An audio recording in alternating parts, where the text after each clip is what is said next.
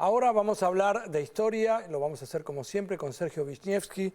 Sergio, uno de los temas que propusiste y del que vas a hablar hoy es la historia de la Corte Suprema. ¿En la Argentina se trata? En la Argentina. ¿Estás escribiendo un libro sobre eso? Sí, escribí un libro sobre eso. ¿Lo escribiste o lo estás escribiendo? Lo escribí. Lo escribiste. Pronto. Todavía no apareció Sí. publicado, pero va a aparecer. Editorial Planeta lo va a publicar. Exactamente. Bueno, contame un poco, porque eso sí que debe ser una historia tan interesante, porque no debe haber tema en la Argentina que no tenga una ligazón de alguna manera con la Corte Suprema. Sí, me arrancó el interés cuando empecé a escuchar sistemáticamente que se decía que el gobierno quiere intervenir en la justicia que es independiente. Y buscando en la historia me di cuenta que jamás fue independiente. Incluso eso nos podría llevar a un pensamiento de qué es la justicia. Claro. ¿No? Porque también es un error hablar de la justicia. La justicia es otra cosa. Esto es una organización que se llama Poder Judicial. Es diferente. Pero ya desde 1863, que es cuando se funda la Corte Suprema de Justicia, o sea, 10 años después que la Constitución, los integrantes de esa primera Corte son verdaderos cuadros militantes de lo que es el sistema político imperante. Aunque eran conservadores. Súper conservadores, y no solamente conservadores, sino que son tipos que antes de ocupar ese cargo habían sido senadores, diputados, gobernadores, tipos que habían estado en casi todas las instancias de gobierno y por lo tanto se ponen al frente de la Corte Suprema no porque piensan vamos a hacer justicia, sino porque lo que se está armando es un Estado con para proteger los derechos de algunas de las personas que ellos eran representantes de. Exacto. Hay algunos argumentos que dicen, ¿cómo van a venir inversiones? Las famosas inversiones que nunca quieren venir. ¿Cómo van a venir inversiones si no hay una previsibilidad de justicia? Claro. Siempre que dicen que no van a venir los inversores, perdemos algo. Seguro. Y esa primera corte, esa primera etapa de la corte, súper conservadora. ¿No? Fíjate que hasta han llegado a tener un fallo que decía que un sindicato era una asociación ilícita. Sí. Y el sindicato había escrito también que decía que la Suprema Corte era una asociación ilícita. Está bien. Seguramente. Y seguro, que la justicia burguesa, ¿no? Que es un anarquista de la ¿Nunca Suprema. hubo integrantes de la Corte Suprema de Justicia que surgieran del pueblo?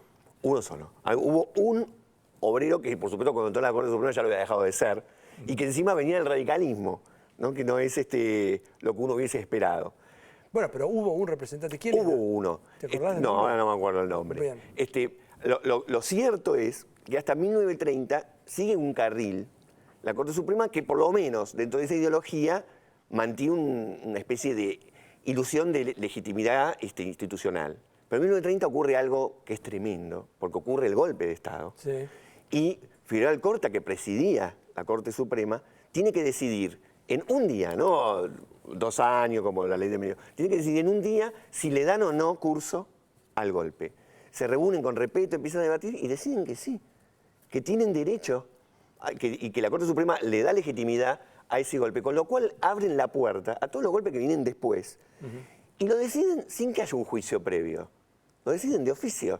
¿Pero qué quiere decir? Que validaron un golpe de Estado. Validaron A partir de este momento está muy bien que haya un grupo de personas que se adjudique el derecho de regir los, Sí, digamos, por supuesto. los destinos del país. Tenían una doctrina, siempre hay una doctrina que te viene, se llamó la Acordada de 1930, lo que dice es, dado que el nuevo gobierno demuestra que tiene el poder de controlar la situación, consideramos que tenemos que darle legitimidad. ¿Y la Constitución qué pasaba en este caso? ¿Donde tenía que haber una elección popular, eso se quedaba a un costado? Absolutamente, porque había algo que era la seguridad pública que estaba por encima. Estaba por encima de la Constitución. Que estaba por encima. Ahora, a partir de ese momento, cada gobierno que vino, todos, cambiaban la Corte.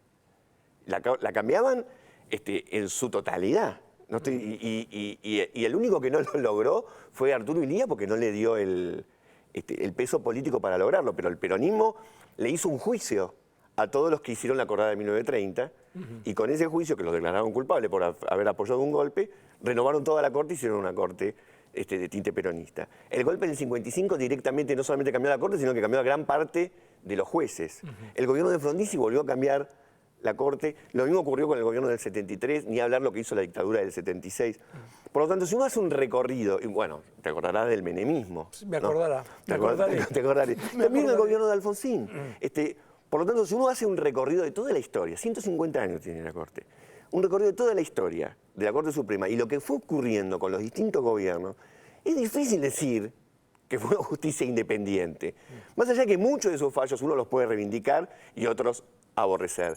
Pero de independiente no tuvo nada, es un poder del Estado y estuvo involucrado en todo lo que pasó en la historia argentina del lado del gobierno al que regía. Él es Sergio Wisniewski y como se dan cuenta es siempre muy interesante, más allá, porque yo no los estoy invitando a ustedes a que coincidan con todo lo que diga, pero es interesante, tampoco sé si yo coincido, por ahora sí, pero me gusta, me entretiene, además me ofrece la posibilidad de pensar en cosas que uno normalmente no piensa. Yo no sabía efectivamente que la Corte tenía 150 años de historia, los está por cumplir o ya los tiene. Ya los cumplió. Y saber esto, digamos, es muy interesante porque no se me ocurre que haya un periodo de la historia argentina en donde la Corte Suprema de Justicia no esté ligada con el poder de turno, aunque, como vos dijiste, pareciera como que esta Corte parece más independiente. Parece independiente, teniendo en cuenta que en algún momento estaba, ¿cómo se llamaba el presidente de la Corte en la época de Menem? No me acuerdo. Sí, ¿cómo era? Nazareno. Bueno. Nazareno Cruz y el Lobo. Bueno, hacemos una pausa aquí en Científicos Industria Argentina y seguimos con el programa de hoy.